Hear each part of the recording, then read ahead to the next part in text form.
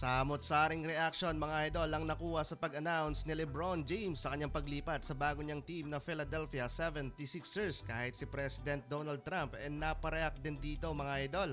May prangkang sinabi naman ng NBA legend na si Charles Barkley patungkol sa hype na dala ni LBJ. So ayun na nga mga idol, kabilang sa top trending sa social media world ang official na pag-anunsyo ni King James sa bago niyang kupunan. Umabot lang naman mga idol sa 69 million views and 18k reaction ng post ng ESPN Sports reporter na si Sham Charania sa kanyang official account sa Twitter or X. Successful mga idol kung totoo yung naging rumored na pinapatapos lang daw ng kampo ni na LBJ ang 2026 FIFA World Cup kung saan ang buong mundo nga doon ang nakatuto, kaya daw dinedelay ni LeBron James ang kanyang pag-anunsyo para makahakot ng atensyon. Well, kung isa ito sa rason, successful nga yun mga idol. Iba't ibang celebrity nga ang napareact doon, kahit ang mismong presidente ng USA, pero hindi lahat mga idol pare-pareho ang naging reaction doon. Si Donald Trump mga idol tinanong kung sino ang mas mahusay na basketball player sa pagitan ni Michael Jordan at LeBron James. Pinili niya si Jordan partly dahil kaibigan niya raw ito at naglalaro sila ng golf. Pagkatapos sinabi niya na maybe he's a racist patungkol kay LeBron. Mukhang hindi lang basketball ang basehan ni Trump, matagal nang may public disagreements na Trump at LeBron. Si LBJ ang naging vocal critic ni Trump at ilang beses nang nagpahayag ng pagtutol sa mga pahayag at policies nito. Dahil dito tila isinama ni Trump ang kanilang personal na history sa kanyang sagot sa GOAT debate.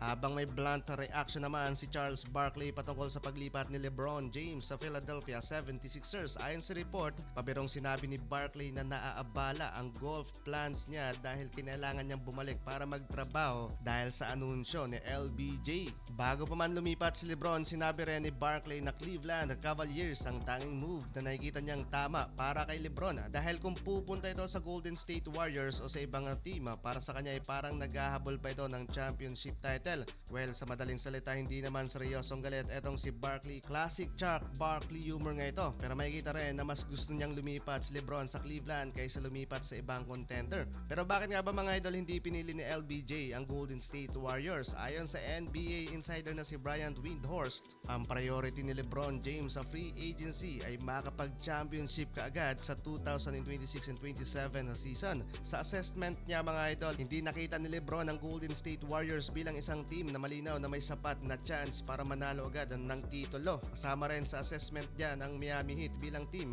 na hindi umabot sa level ng championship certainty na hinahanap ni LeBron. Seryoso pa naman sana doon mga idol ang Dub Nation sa pag-acquire kay LBJ. Katunayan nag-adjust nga itong si Draymond Green para sa mas malaking salary flexibility. Pero may plan B pa naman dyan mga idol ang Warriors.